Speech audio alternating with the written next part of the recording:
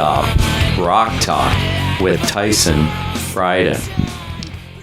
Neal Busby and Kevin Gale, formerly of Slik Toxik, welcome back to round 2 of Non-Stop Rock Talk. I guess we spoke, about a month ago, and we dove into Smooth and Deadly EP and Doing the Nasty, and we said we would be back, and here we are tonight to talk about Irrelevant. How are you guys doing? Fantastic, sir. How about yourself? I'm very well, thank you. Neal, you're good? Oh yeah, I'm doing great. Good, man. Good.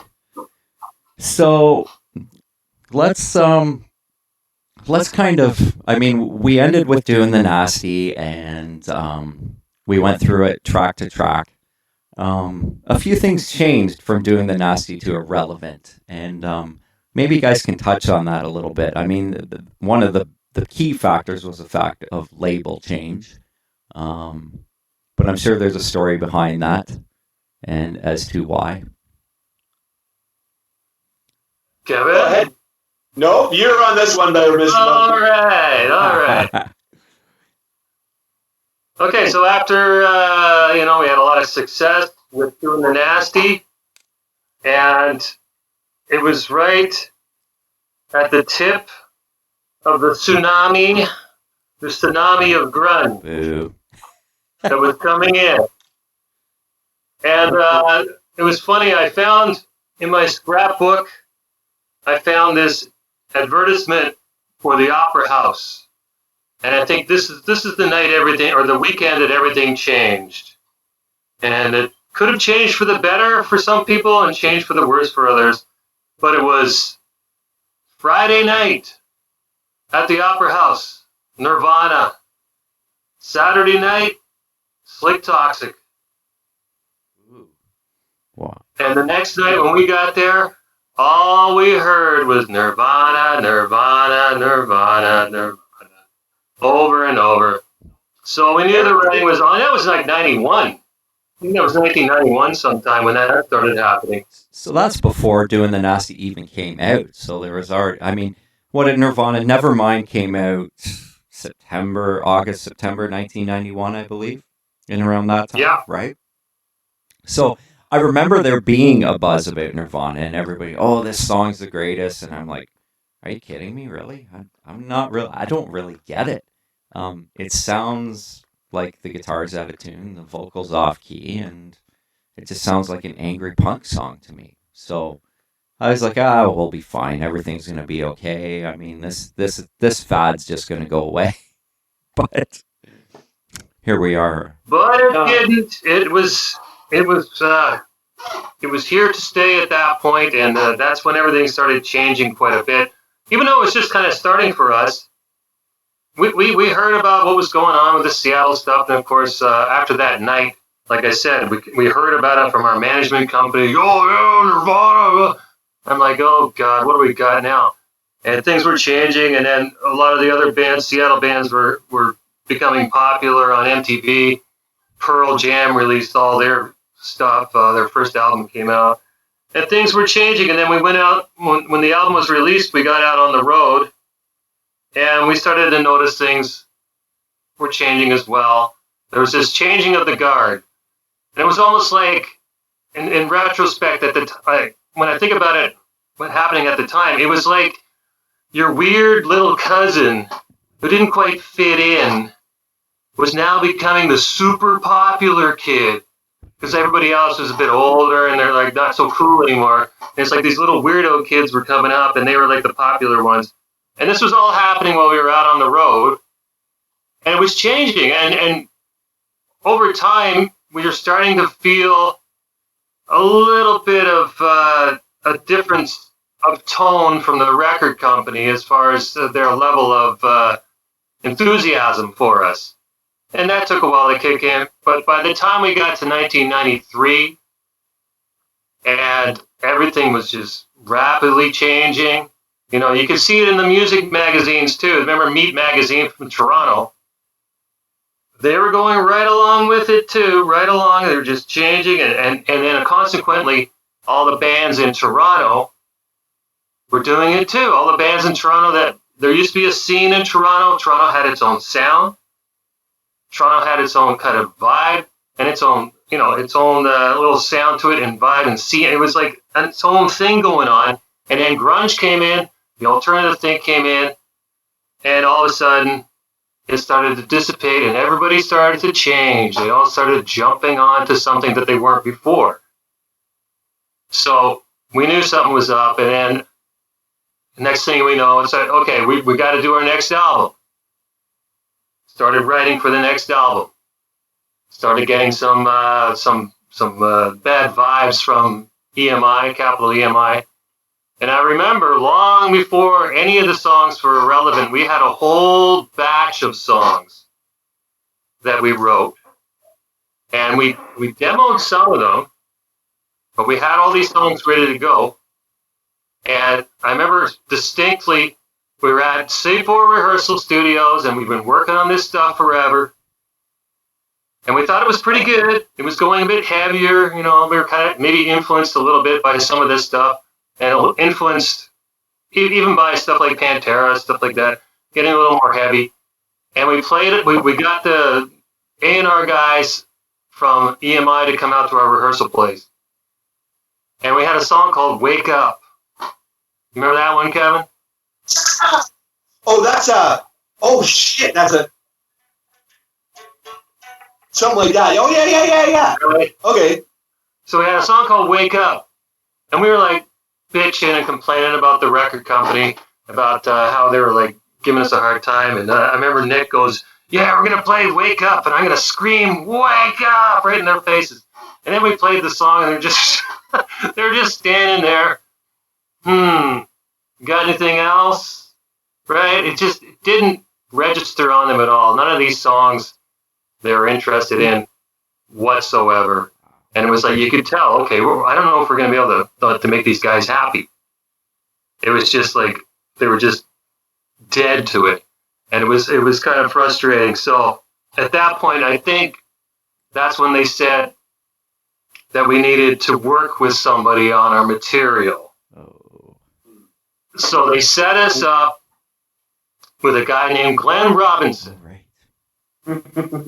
Glenn Robinson. And he came up from the States. Again, he was going to work with us at C4 Rehearsal Studios. And he came in, and we started working on stuff. And he had worked with Caius and Josh Homme and all those guys as well, too. Yeah, so, Really? alternative, trying to push us into that direction. And so we started working on new stuff, and I think the only thing that came out of that was, Kevin, you remember? Drained was the only thing that came out of it. Yeah. Wow. And then that I don't know exactly how that all ended. I can't remember how that whole thing ended, working with him, but I think it coincided with all of a sudden, like, we did some demos, we gave them to EMI to check out, and I think they're just like, well, this is not happening. We're not going to change these guys into something they're not. And eventually we were asked to go on a subsidiary label, so we'd still get distribution. And that was the deal that they put on the table, and we turned it down. Wow. So we said, okay, we're just going to leave. They had to pay us some money because they were breaking the contract. So we were free and clear of them. And at the same time that was going on, we fired Robert Lutella Management as well. So that everything was being just swept aside. And of course, he was the same thing as EMI. He was definitely thinking that, well, we're on the out, and I, Mother Earth, is on the in. And he could have been right, but it was kind of unfair. Yeah. It was unfair from all aspects of the people we were dealing with. It was rather unfair, but that's just the nature of the business. You're in one day, you're out the next, and that's it. And so at that point, we regrouped with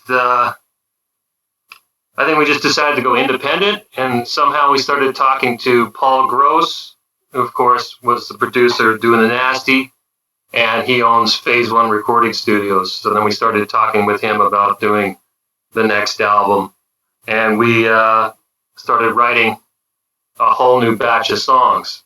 And as Kevin remembered, I couldn't remember what song it was, but Drained, which made it on Irrelevant, which is one of the weaker songs on Irrelevant.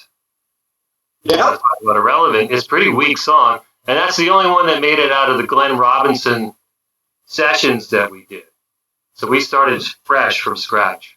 Wasn't there talk of you guys working with producer Garth Richardson? Was there talk of that? Yes. We did. Go ahead, Kev. Garth did come up. I wanted to go back to a point that you were talking about, Neal, when we were actually writing that record and when EMI came in. I'll never forget this. I was sitting on your riser, and they turned and said, "It's not organic enough." And I looked at Jody and I said, "Well, what the fuck does that mean?" And he goes, "I don't know, but it's not organic." Oh my goodness. And that's when I wrote the rip to 20-something. Just tuned down, and that was it. Like that was, and then everybody else joined in on that. So that's how that worked out. But it was the most bizarrest thing I've ever heard in my life. That's not organic That's enough, crazy. and not being able to give that was like disheartening. I think I looked directly at you, going, "What?" You know what I mean? Like, what is we got to plant it? Like, what are you talking about? I have no idea. So, you know, they tried to change us into something we weren't, and that was the biggest thing. And Neal hit on that. You know, they tried to change us into it, like, you know, like the next Soundgarden or something along those lines that just completely wasn't us. And it was a really rough time, and we were pissed off. That's why Irrelevant's a really angry record. It's a really, really angry record. Well, I mean, I'm sure you guys, I mean, in that time, every band from that era that was pushed aside was probably pissed off. I mean, it was such... my theory on it is this. I don't understand why Nirvana, Alice in Chains, Soundgarden, whoever else from Seattle could not coexist with Slik Toxik, Skid Row, whoever else it was. Why it just had to change so drastically. I don't understand that. Because we had hair, and we were not like a hair metal band. Exactly. Like we talked. We were hard rock. We talked about. Yeah, hard rock, heavy metal band. Bottom line. Yeah. You know. But you're right, Kevin. We had hair. Well, some more than others. But if you look at those Seattle bands when they first came out, right. Yes. They were bigger posers than any of us. Yep. Oh, yeah. Well, don't you remember Alice in Chains and Soundgarden being played on the Power Hour on Much Music? Yeah. They played them. Played them all the time. But it wasn't until Nirvana came along and they said, "Oh, this band's taking off. Well, here's what we can do with Soundgarden and Alice in Chains. We can lump them in as Seattle grunge."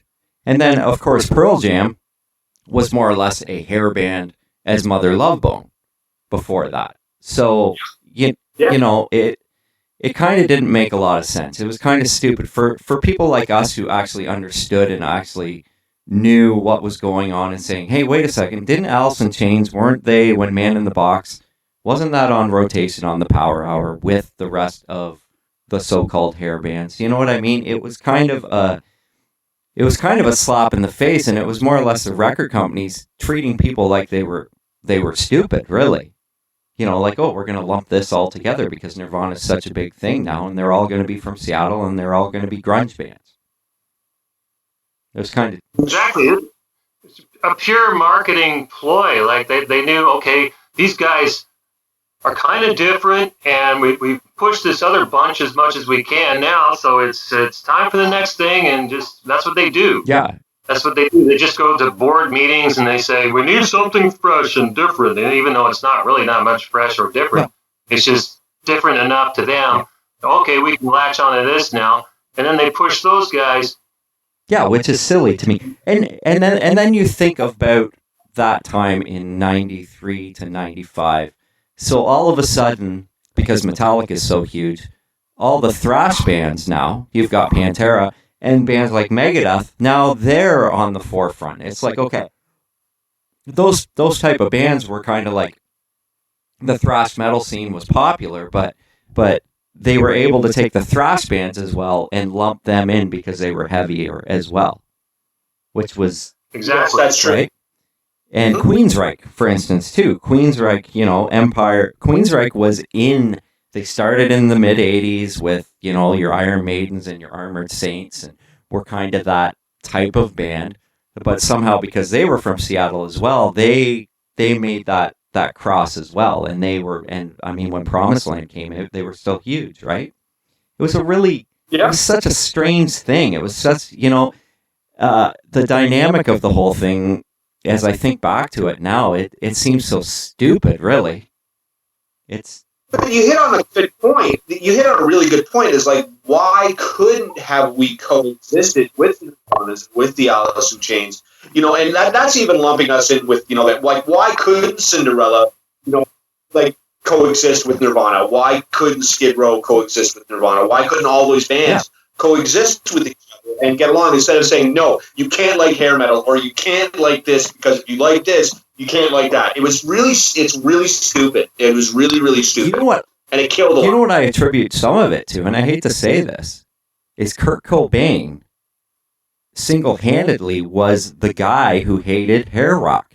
He hated it. He was the anti-hair rock guy. So if Kurt Cobain, being that big rock star, came out and said, I hate hair rock, all these followers, all these people are like, oh, hair rock sucks because Kurt Cobain told me it does. That's true. It was also, don't forget, it was also a huge fashion wave. Oh, yeah. Yes. It became a fashion movement. Yeah. And they, of course, it was kind of like attached to it. It wasn't anything they intended to happen. But the whole thing was just a complete changing of everything. And from the fashions to the music to, all of a sudden the everybody had like bits of metal stuck into their faces, and like that's when the tattoo thing started going ridiculous. Yeah. Sleeve tattoos everywhere, and everybody had a tattoo. Everybody had a chunk of metal hanging out of their face, and everybody had the grunge look and everything. So it was also heavily to do with fashion. And that's what it was. Yeah. Like, you had to look this. It was just equally as bad as anything else, where you got to look a certain way, you got to sound a certain way, and I think you had to do the same amount of drugs as all these guys did too. Because the funny thing is, most of them are all dead now from overdoses and various things, of suicides or whatever. So they're a miserable bunch. You know what? And saying that, what I find funny about that era is that the music, and it didn't last a long time. I found that it was very one-dimensional. It was to the fact, okay, we put out a couple of great albums, but after that, we're done. We can't keep doing that sound forever. It's like where you take a band like, say, Motley Crue, for instance. They did the hair, they were the big hair rock band. But then in 1994, they evolved. They put out the John Corabi album. It's totally different, and it's heavier than anything they've ever done. So they were they were talented enough. And I'm not saying that Jerry Cantrell from Alice in Chains isn't talented, or the guys in Soundgarden, but I always found the sound was very one-dimensional, and they couldn't broaden enough to sustain for 20 years. Agreed. Absolutely. And another thing I found about a lot of these bands, and you kind of touched on it too, with Kurt Cobain's attitude, is that they were complete snobs. Mm-hmm. Like snobs, elitist, look down on anybody who's not like them. And somehow they were like more politically in tune with everything, and they knew more than everybody. And of course, bands like us, we were just Neanderthal, womanizing, alcohol-driven party goons, and we weren't part of this cool new like we were in touch with everything, and we took pictures in the woods. I think that's what they meant by organic. Oh, is that Yeah, I think pictures? They wanted to. all anybody had to do to fit in back then, and I've seen this over and over. You put on your flannel jacket, you go trot out in the woods, you take a picture, and you're all looking in different directions. Boom, you're alternative and you're cool. And you're organic. And now you're organic. You're definitely organic. You're out in the woods, you're organic. That's right. And they want you to record your album in the woods as well. In the woods, yeah. Eat dirt while you're... What's that, Kevin? I said, and eat dirt while you're in the woods. That makes it organic. I think we've now established what they meant by organic. After all these years. Well, I was not about to eat dirt. So what was the name of that Alice in Chains album? Dirt. Organic. See? Yeah, well. Yeah, exactly. That answers it right there. So now that was a good segment. That was a good part. Trying to establish it was so funny because like from 91 to 93, it got stupid. It was horrible. It really got stupid. And Van Halen could still make it then, but so could Iron Maiden, so could Black Sabbath, so could all those bands because they're following. Yeah, they do that. But but any new? No. Well, even Poison couldn't sustain or Warrant. Like 2 years ago, they could do nothing wrong. We're selling at arenas, and all of a sudden, we suck. Guess what? You suck now because you're not the flavor of the week. So. Yeah, well, the same thing that happened to us. I remember I read an interview with Jenny Lane, and he said back around the same time, like they were still pretty big. And he said one day they went for a meeting in the record label's office, and they walk in, and they're like, okay, things are different, things are weird, and they noticed that their poster, their big display behind the record company executive's desk had been replaced by Alice in Chains, who were on the same label. Even though they were still selling lots of units at the time, still doing good amounts of well-attended shows and everything, but it's just like, nope. That's it. Do you ever think, and I thought about this today, of all things, do you ever think that the labels were forced in the early 80s to sign heavy metal bands because that's what the kids were listening to, and they actually couldn't wait for it to be gone? Yeah. That's an interesting question. Mm-hmm. I don't necessarily know about that. I think I think that in the industry there was some guys that really liked the music, and I think that they were all about pushing it. Michael Alago, that guy, and then there was Jason Flom.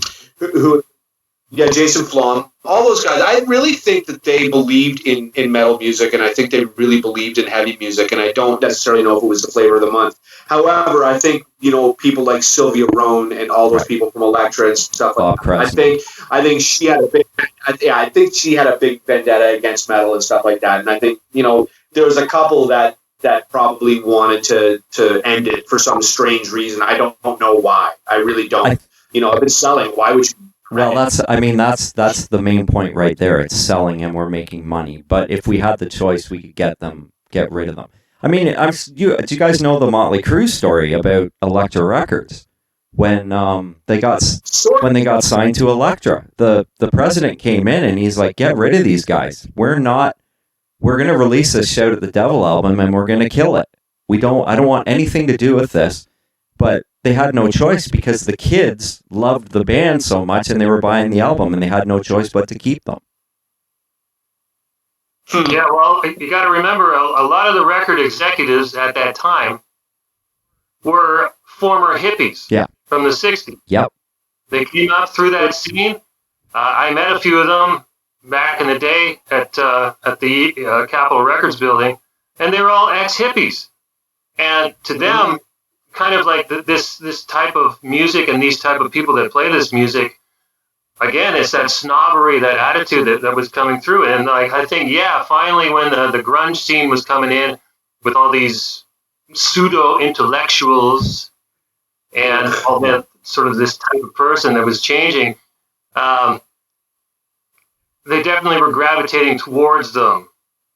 And, a lot of these bands, they would always say the same thing, we don't partake in the groupie scene, and we don't partake in the parties and all this. And meanwhile, they're all junkies. Yeah. Well, Kurt Cobain married Surfer. Right? Yeah. Right? They're all hypocrites. They're just pure hypocrites. And that's fun. That's funny you mentioned that, Neal, because you think back to 1994, and all of a sudden they're going to celebrate a Woodstock. There's going to be a Woodstock 94, and I believe there was a Woodstock 99. So the 90s was, you're right, these hippies wanted this hippie movement to come back for some reason. It's kind of a bizarre thing when you think about it. Yeah, it really is. They all put on airs of being, like I said, like the pseudo-intellectual bunch, and that they were a little bit better than the hair metal bands. They were a little bit more, like I said, intellectual and just smarter than us and everything. And they had these attitudes. It was just bizarre, but yeah, things always change. They always do, and but it affected us definitely. Yeah. But it did affect us in a good way, because we did put out Irrelevant. Yes. That came out in the midst of all this stuff, and there was like obviously a lot of things were against us, and yet we still managed to buckle down and put together some really classic songs that I'm really proud of. There's some great stuff on that album. So. I mean, record. What's that, Kevin? Sorry. I'm very, very proud of that record. It was a really good album. Yes, it was. And I mean, the other day, and I told you this a couple weeks ago. So it was a couple weeks ago. I have a bunch. I have about 800 songs on a playlist of a bunch of different stuff. So it's always on random. And every time 20 something comes on, because it's in that list, it pumps me up. It's like, oh man, I got to crank this song, because right from that opening riff, and and then Nick's like angry lyrics, and it's just such a great song. And to this day, it's still a great song. I agree.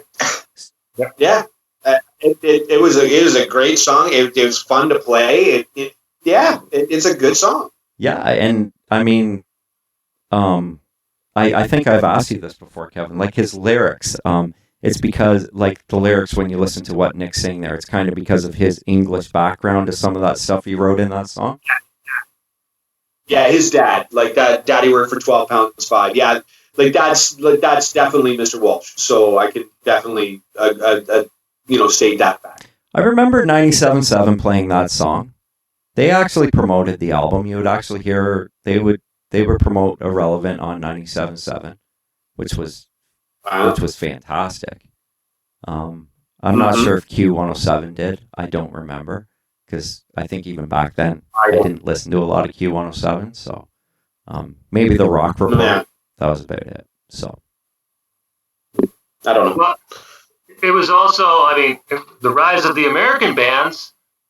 Of course, it was the rise of the new Canadian crop of organic intellectuals. Right. There was a lot of them coming up. And we were pushed aside, of course, but at that point we were on the Strawberry Records, which is a small independent, and it certainly didn't have the promotional capabilities. But radio at the time, of course, there was the Tea Party, there was Our Lady Peace, there was all these other bands that came up and kind of like rode the coattails of the American bands. Canada always does that. And that was happening at the time too. So we're not really given much in the way of airplay at all. And it's funny because I remember buddies of mine, one buddy in particular, who was like this big, he was big into White Snakes and, like all that stuff. All of a sudden one day, Nirvana comes out and he says to me, "Oh, they're the best new thing." I'm like, are you kidding me? Really?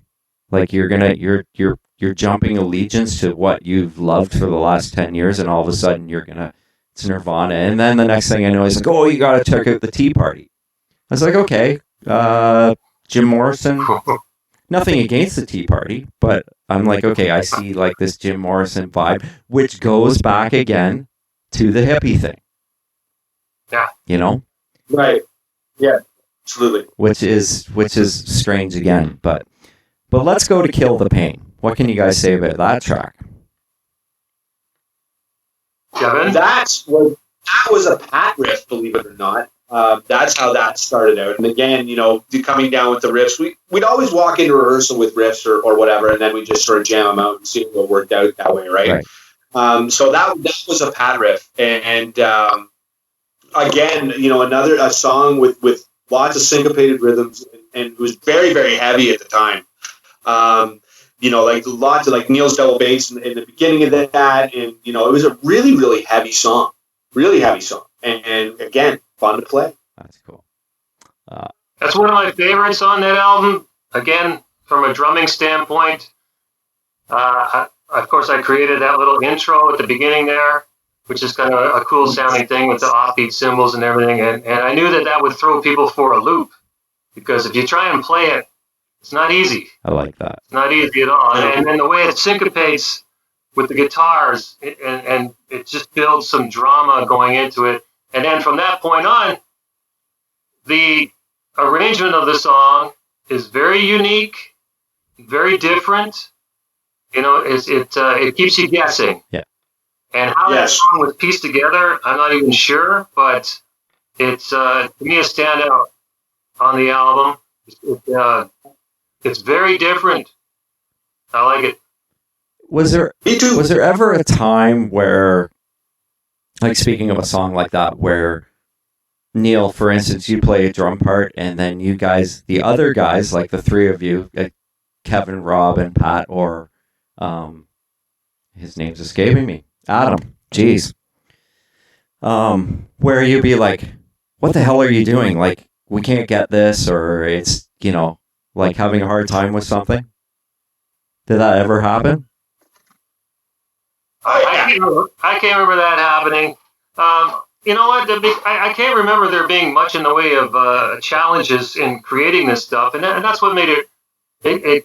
I'm very proud of the fact that this stuff, it sounds different, and there wasn't a whole lot of thought going into it, and it turned out very unique sounding because of that. We didn't really think. We were just doing stuff, and if it sounded cool, it went in, and to me, okay, if you want to get back to the whole beginning of the recording of the album,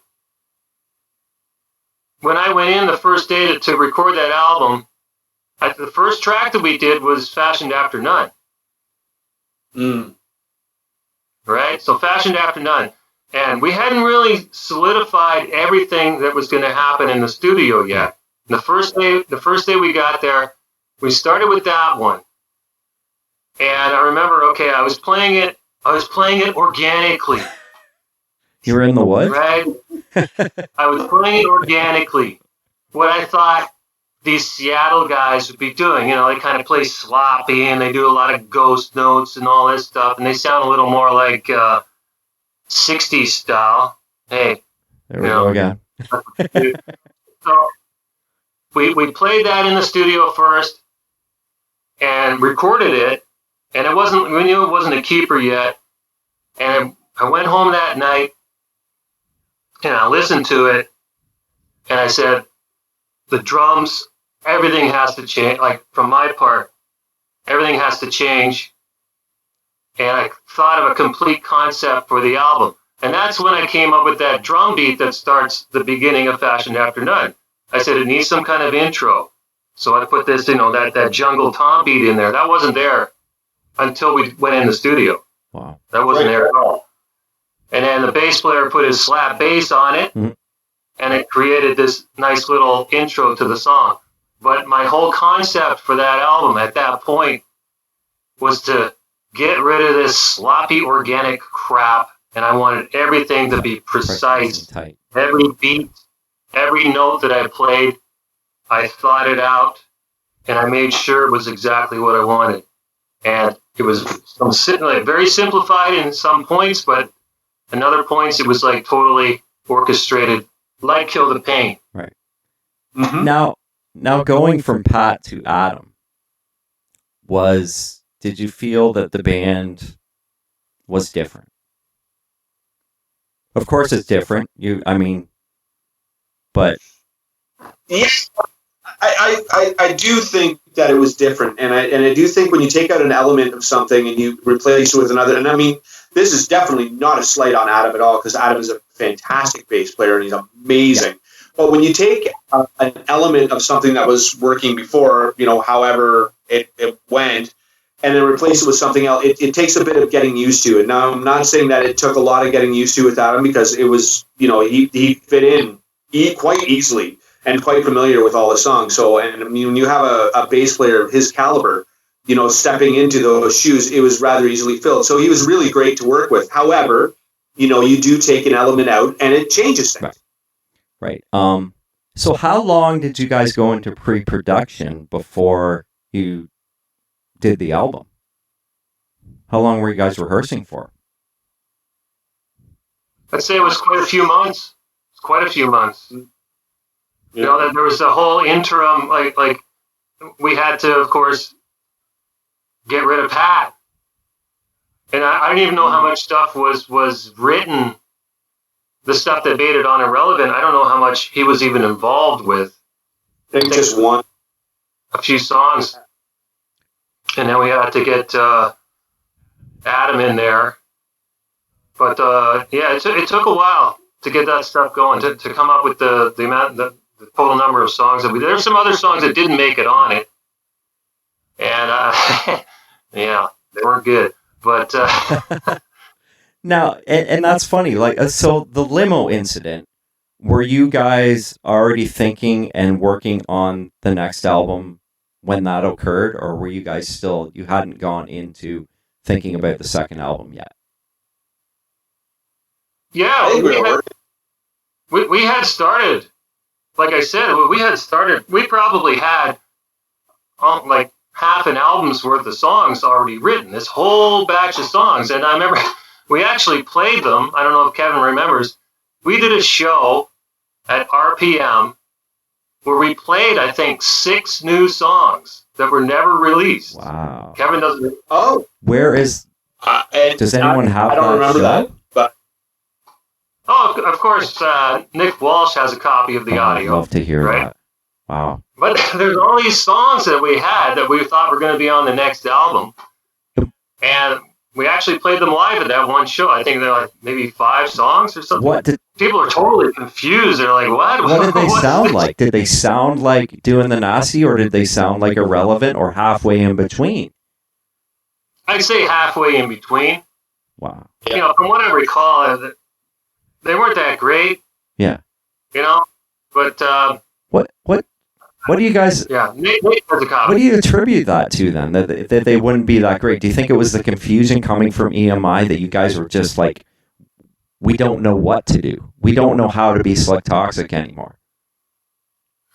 I think it was a fear of not being heavy. Right. So everything had to be heavier. Like Pantera was like on fire. They were selling a lot of units and doing very well. And everybody was like, we gotta, everything's gotta be heavier. And a lot of these songs, there was more double bass, way more than was necessary. And there was nothing even remotely like White Lies or any of the Cherry Bomb type stuff or Cheap Nicotine. There was nothing like that going on anymore. Right. I mean, going into that show, how did anybody in the band feel confident about those songs? Or do you guys... I'm just kind of curious about that, because it's kind of that is a kind of strange period in the band's timeline. I guess we felt they were good because we played them at the show. Yeah, I guess so, right? That's crazy. That doesn't necessarily mean they were good. It just means we played them at the show. Yeah, well, that's just it. Okay, we've got these 6 songs. Let's see how they go over. see if people like them. Yeah. We're not sure about them, but maybe we're wrong. Like, because, and I can totally understand where that would come from, because you've got EMI telling you guys, well, they're not organic enough. So you guys are like, what the fuck are we doing? Like, what are we going to do here, Yeah. Yeah. It was certainly chaotic, that's for sure. Right. And it was a definite mindfuck for all of us. Like, I mean, it's just playing on your, like, like we would walk out of, like, thinking that we were the best band in the world, and then all of a sudden EMI would leave, and they were like, what are we doing? Like nobody likes us. Like, what do we suck? Yeah. It was just one of those kind of, it took the wind out of our sails is what it did. I think, and I, looking back on it, thinking about it right now, maybe that was the intent, right? Maybe that was the intent. Who knows? Yeah. Who knows? I don't know. It's just, I mean, you almost kind of wish that EMI had just said, okay, let's just leave them alone and see what they come up with. You know what I mean? And see, what, let them be Slik Toxik. Let them be what they were on Doing the Nasty and see what comes out of it. Let's have them do 20 songs, let's demo them, and then see where that goes. That would have been smart, but I'm not a label, so I don't know. Yeah, exactly. Okay, so let's go to track 3, which is Voodoo. Fun song. Lots of colors in that. Again, a lot of guitar experimentation, a lot of drum experimentation in that too. And sort of taking on that, I guess you want to call it that grunge vibe, maybe, and then getting ridiculously heavy at the end with that, doing the whole build-up. We were really good at doing big build-ups to complete chaos at the end, which was great. For myself, that was getting into a lot of experimenting with, like a lot of different effects wise, with delays and stuff. And I decided to become David Gilmour for the day, doing that song. That's cool. So, yeah, I mean, and, doing volume swells and the whole fun thing, right? Again, following along the lines of Neal's drum patterns and stuff, and, trying to make it cohesive, yet really experimental, if you want to call it, right? Right. That's cool. Yeah, well, that's the genius of Kevin Gale. That's right. That's right. Right there. I'm not kidding. That's the type of stuff that Kevin would bring.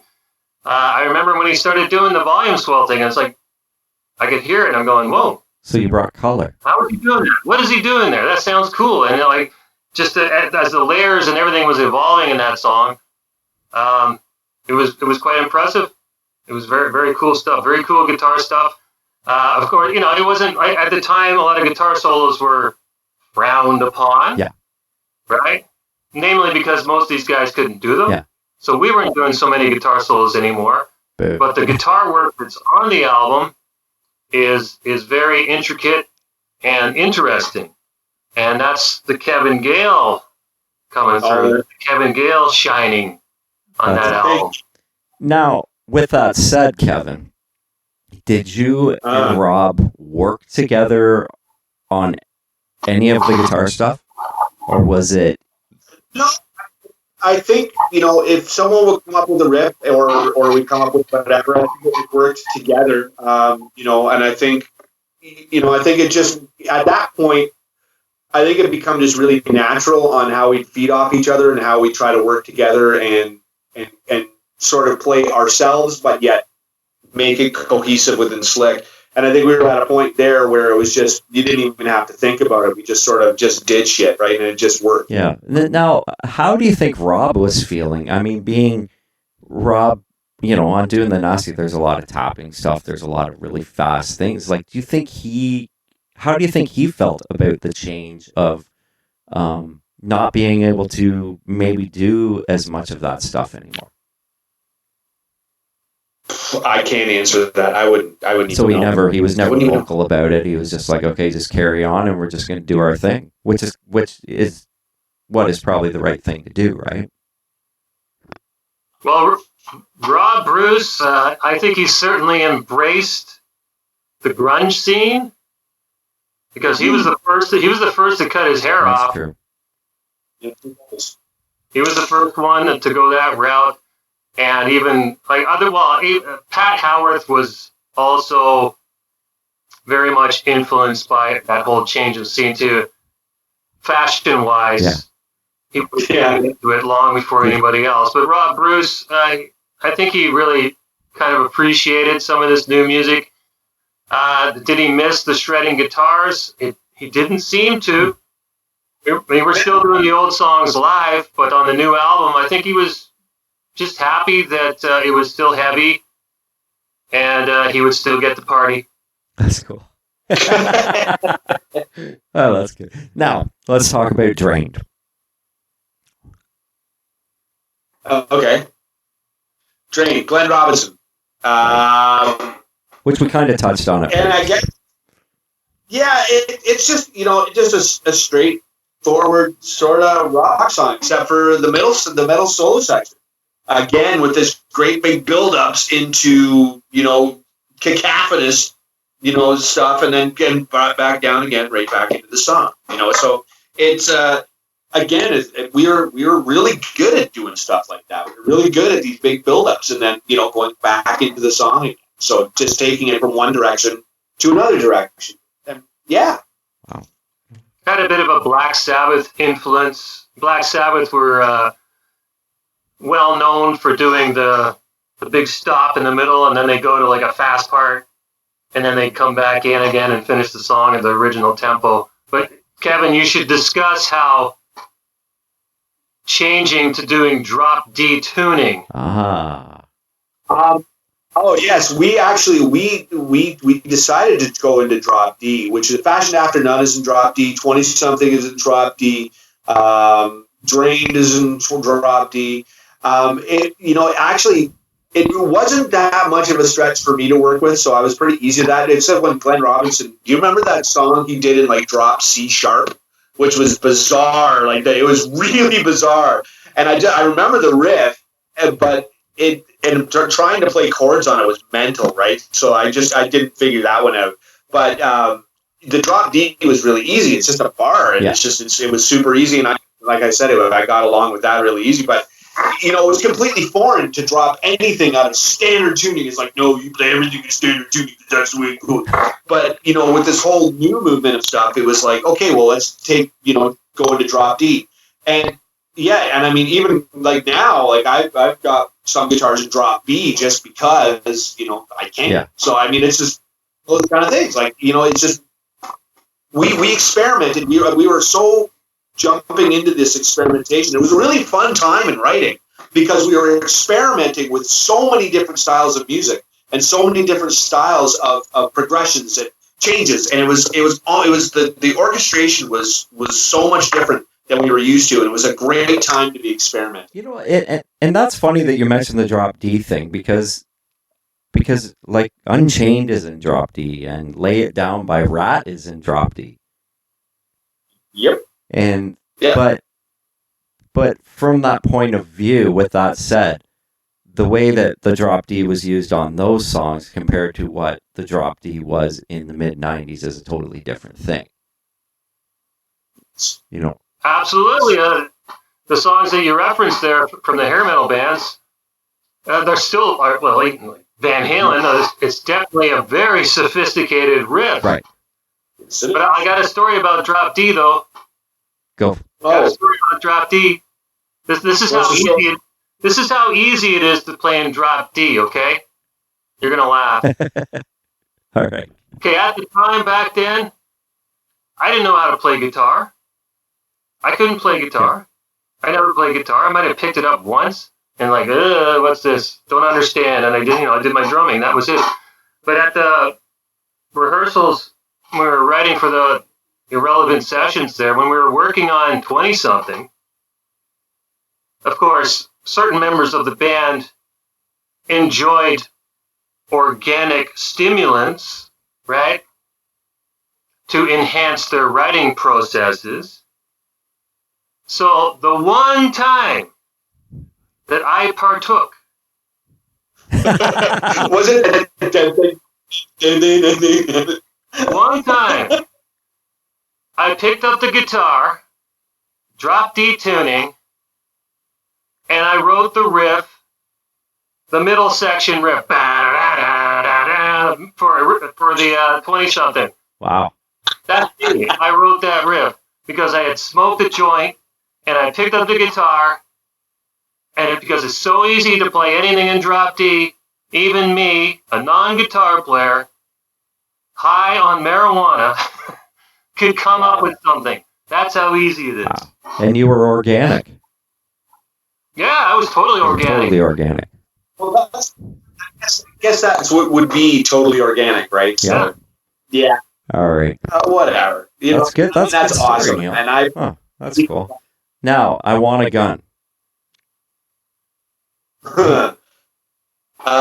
Nick came in with the lyrics, and it was just a matter of just starting off in G and going dan, and I was doing it as a joke because whatever, and then it sort of, and we all sort of just jumped into it, and it was just like the simplest riff, and then going into this really heavy break section that dan dan dan dan dan dan, like it was really heavy, and then it sort of just went that route, and it was again really angry because we were really pissed off.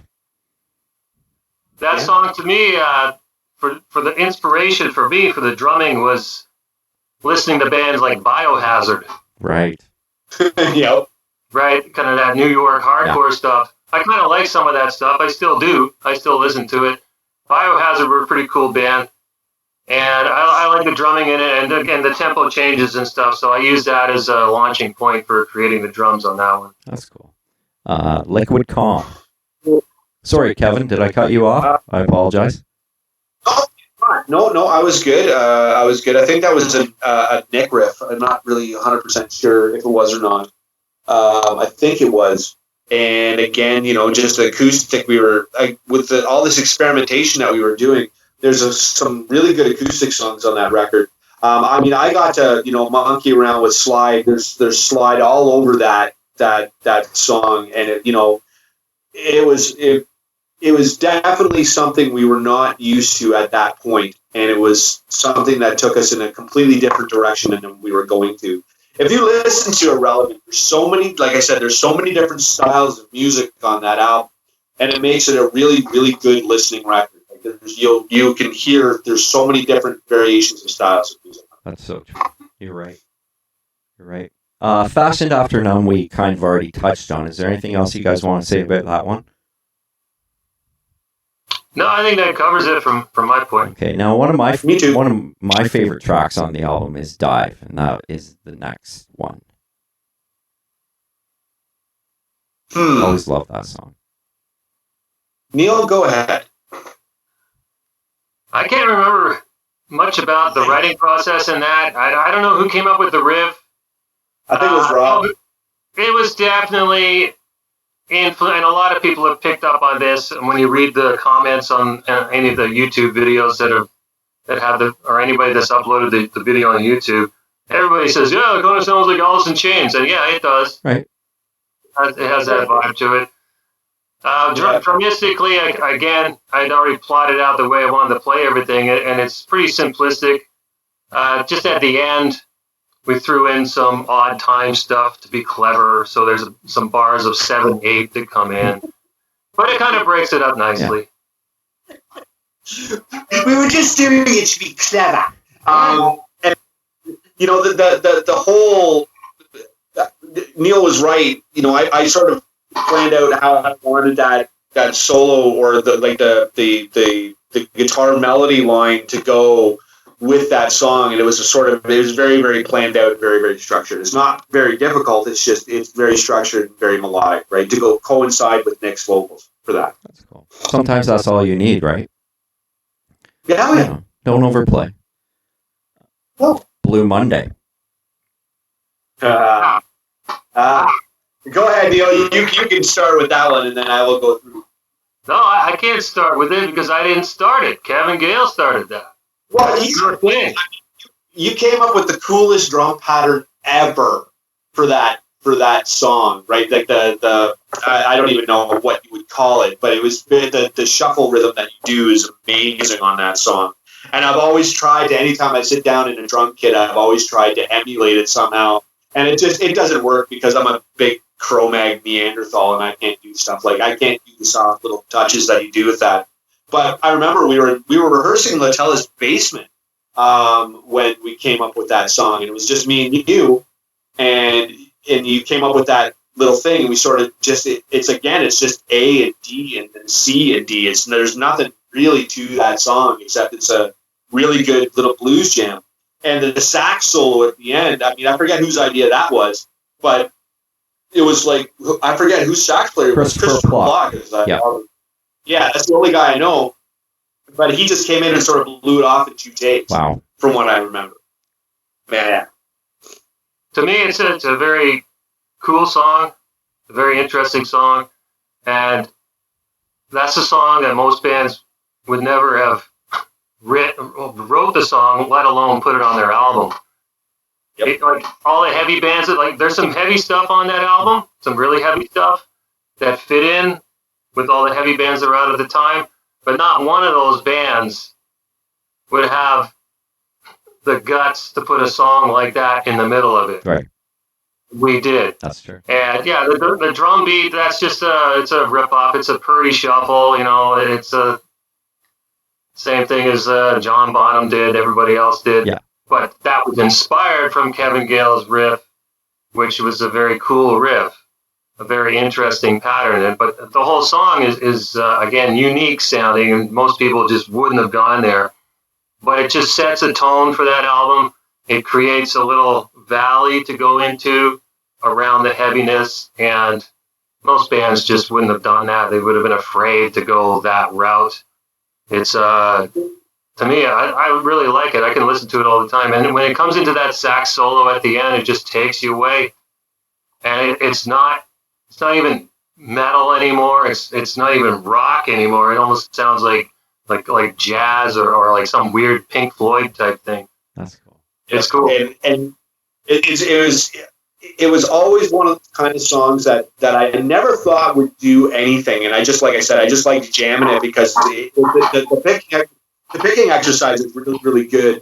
For sort of articulating with your pick as opposed to finger picking. I never finger picked on that. And I've had guys ask me, "Did you finger pick that?" And I'm like, "No, it's all pick." Wow. So I mean, and Neal would follow through with the with the bell on the right. So he would follow through and stuff like that, which made it sound very, very interesting. And it was a really good picking exercise. That's cool. That's really all it is. Wow. Did you guys ever do that song live? I don't think so. No. No, we did. We did do it a couple. Really? Yeah. I don't remember where, but we did it. Could be. I don't remember. Now let's move to EMI, which was a Sex Pistols cover. Yeah. What you're hearing there is one take. I think we did it one take with no overdubs. I think it was just like bam. I think we just went in and jammed it, and that what you're hearing is us live off the floor, except for the solo, and that's it. Wow. Were you guys fans of the song, or was it more the premise of EMI against EMI, more or less? I was a fan. Yeah. I was a fan of the song. Yeah. Okay. Well, I'm a huge fan of the Sex Pistols. Huge fan. I always was. Right. I love that first album they did. It's just such a classic. Yeah. And it just happened to be convenient for us to throw it on there, a little jazz. Yeah, whose idea was it? Like, you know what? Fuck EMI. Let's do the cover of the Sex Pistols EMI. Do you guys remember who initially thought of doing that song? I don't. Tell me if I'm wrong here, Neal. Wasn't it Paul Gross that came up with that idea? I can't remember. Kevin. I think it might have been, but I could be completely mistaken. But I think it was Paul Gross that came up with that idea. Huh. Maybe. I can't see him being that sarcastic. Wow. That sounds more like me. Yeah, it could have been you or it could have been Nick. I don't know. I think it was a good choice, regardless. Well, Steve Jones is a great guitar player. A lot of people don't get that credit. Like his rhythm playing is phenomenally tight. Like it's just always in the pocket, and it sounds really good. I mean, everybody says the Sex Pistols is a punk band, of course, because you've got Johnny Rotten and you've got Sid Vicious, of course. Yeah. Yeah, but you have the two guys in the band that, you know, like Steve Jones is an incredible guitar player. It always was. I agree. Mm-hmm. Now let's move to Mother Machine. Go ahead, Neal. Not really one of my favorites. The best thing that I like about it, it almost has a bit of a Leonard Skinner vibe to it. Yep. Yeah. You know, and that I like. And again, the arrangement's kind of cool. Not my favorite song, but still a pretty good piece of work. Now the last sorry, Kevin, go ahead. Oh, that's okay. There's a lot of guitar layering in that. There's slide, there's acoustic, there's the electrics, there's mine and Rob's harmony solo. I mean, there's a lot of guitar layering in that. Again, very interesting to play. Not one of my favorites. Interesting to play. Okay, now the last track, cut 12, Just Fade Away. Nah. Is that were you guys like kind of saying the premise of the band of what was going to happen after the album? No. Well, that's good. That's not, you know what, that song there, pretty much I think me and Kevin put it together in rehearsal. Yep. And when we started recording it, I remember Paul Gross looked at me and then he said, you know, maybe you should save this for the next album. Oh. And I just looked at him and I said, no, I really want this one to be on here. Of all the songs, this is the one I really want to have on here. So I stuck to my guns and I said, we got to finish this. Let's just blast it out and do it. And I'm so glad that we did because it's the perfect ending. And to me, dramatically, it's something that I just realized lately was from that whole sort of concept that I came up with for the drum patterns on the album. At the very ending of the song, it degenerates into chaos. So it's like I'm just throwing it all away and just shedding it and just purging it. And again, becoming more organic. Wow. So, wow. More organic. You guys should have just called the album Organic. Yeah. Right? Where were you when we needed you? Well, sorry. But now let's talk about the cover slightly.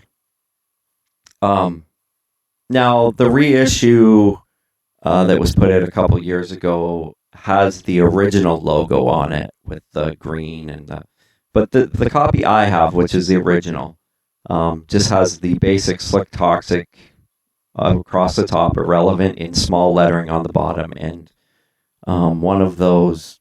What would you call those? What do you call those type of pictures? You know, like a psychologist would give to you. Look at this and tell me what you think. I think it's called Rorschach. What? Yeah. So whose concept for the album, for the cover, was that? Do you guys remember?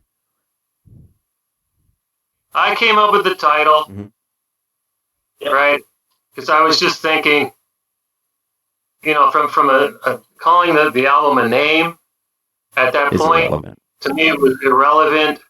We could have called it anything. I don't think it mattered.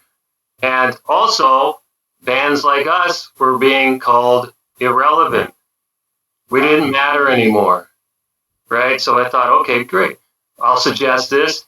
And then I forget who came up with the Inkblot idea. But again, it was Dave. like, you hear what you want to hear in our music. You see what you want to see on the album cover. And the name and the graphic tied together quite well. Yeah. You guys are gonna laugh because I actually cut out. Like I've had this since it came out. So, it actually says I cut out the sticker that was on it, and it says contain lyrics that may be offensive to some. Now, did you guys put that on there as a clever thing, or did the label want to put a sticker on? I think that was the law at the time. Yeah. After the whole PMRC thing, there's swearing in it. You know, we've got it. We've got to do that. I mean, It's just funny, the wording, because, sometimes that wording was usually generic. The wording's just a little bit different than it usually would be. Contains lyrics that may be offensive to some people. So maybe someone thought up that idea. Who knows? Now, there's a couple things in the CD itself, like in the liner notes. For instance, the two quotes: "My heaven will be a big hell, and I will walk through the front door," which was Peter Gabriel. And the other one was "You may be my lover, but you ain't no dancer," which is from Helter Skelter by the Beatles. right. Do you guys recall whose concept those were to put those on there? Yeah. I remember. That was Dave Murcell. Okay. Yeah. Who was the lyricist for Slik Toxik? Yeah. And I asked him about that. I said, like, does this mean anything? And he said, no. I just thought it looked cool. Oh, that's funny, man. Really. Now, the Nick Walsh Dancers. And it states Grossberger, Soul, Buzz, which is probably you, Neal, Luce, Meps, and Bruno the Magnificent. All various members of the entourage, from our sound guy to various members of the band. And I think, I can't remember all the names that you mentioned there, but Grossberger must have been Paul Gross. So everybody, I think the gang vocals in EMI was what that was based on. Everybody was standing around a microphone shouting out EMI. Oh, that's cool. Now, the photo of you guys, now there's a bunch of band photos in the studio, but the photo that accompanies, that's right beside it, is you guys standing in what looks like to be an overgrown field behind a really cool, dark, kind of Black Sabbath-y looking picture. Do you recall where that was? Nope. It's someplace in Don Mills. I think Nick Walsh would know exactly where it is. It's like an old deserted Victorian-style house. It's one of those places that was just left to rot. I don't know if it's still there anymore. It was definitely a cool location. Yeah, it definitely is. It's got a cool vibe to that photo. It fits nicely. And whoever, I know when they put the picture together, they made it look dark.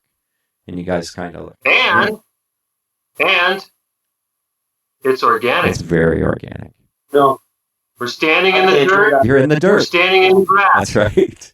I can't hear that word again. He never wants to hear it again. So after the album's done, what happened after that? Did you guys you embarked on a tour? I remember that because I've seen the video of you guys going out on the tour in the van and whatnot. How long from the release of the album till the band breaking up? Oh, wow. What was that?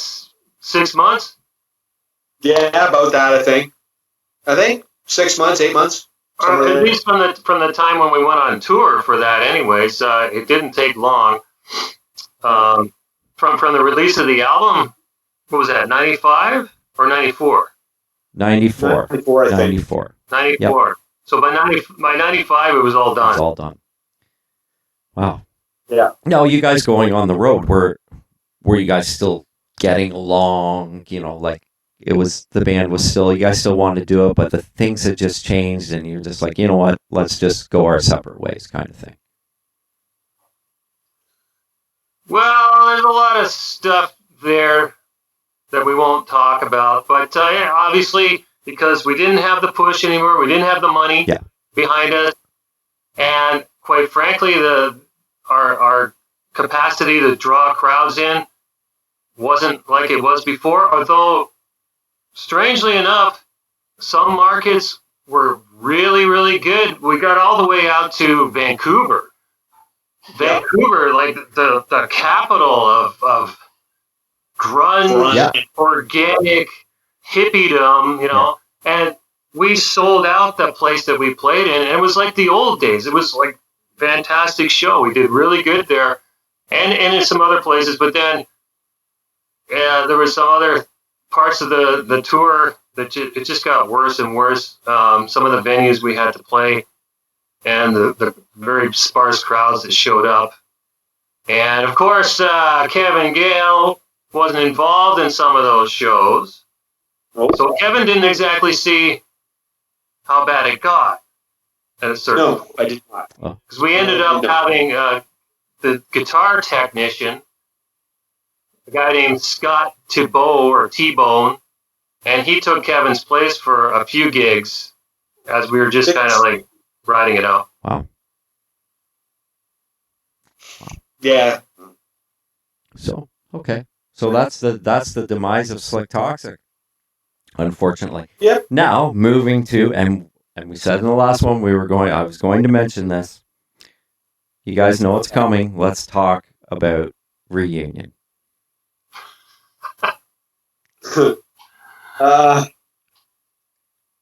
I'd do it. Like I said, I would do it.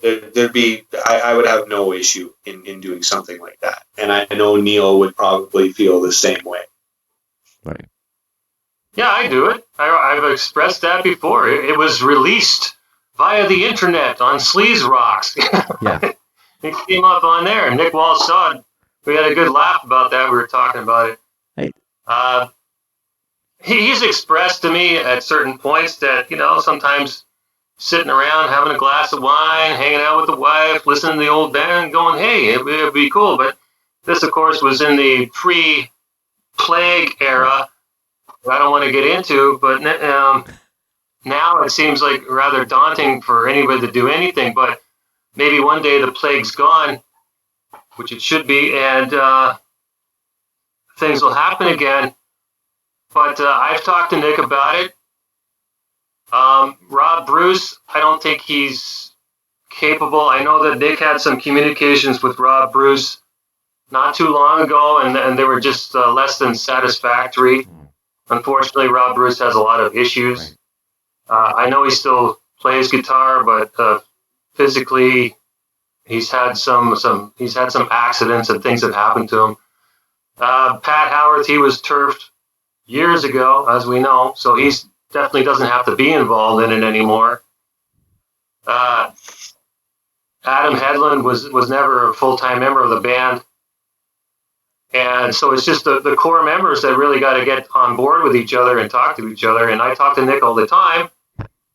So really, it's a matter of the two other guys, one who's here and one who's not, to possibly communicate and start a conversation about if there's anything that could possibly happen, like even from the aspect of just maybe just doing a song. Like these days, people put out just singles. People record singles. Mm-hmm.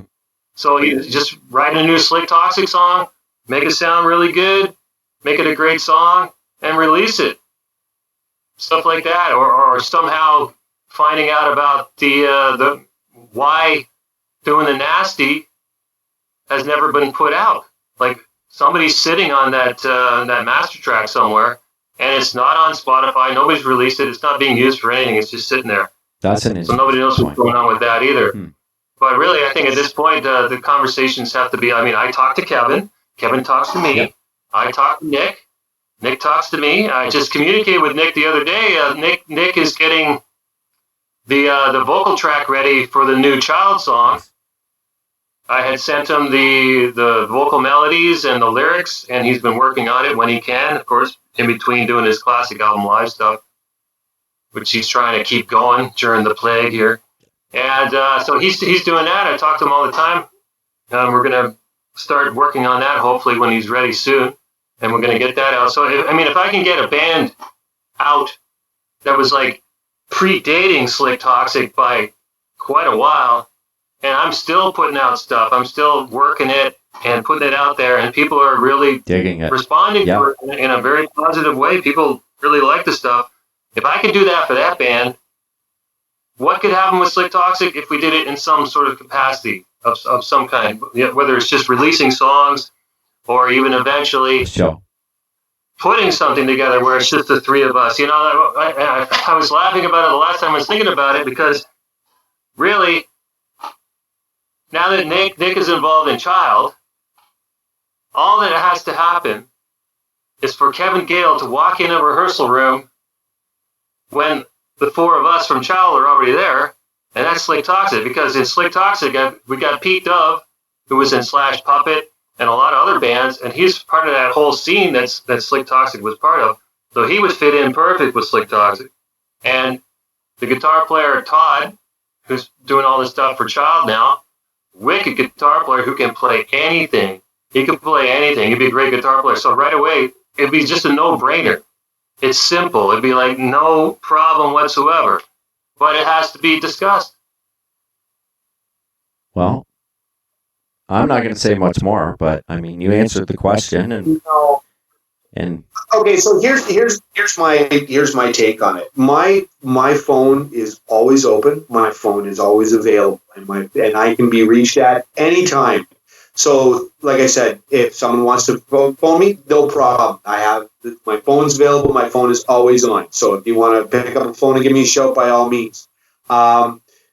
What all I care about is if we were ever going to do something like that, is that we all be happy about it. Like, I know Nick is probably, as long as he's happy doing what he's doing, I can't wish anything better for the guy. That's all that matters, is that we're happy.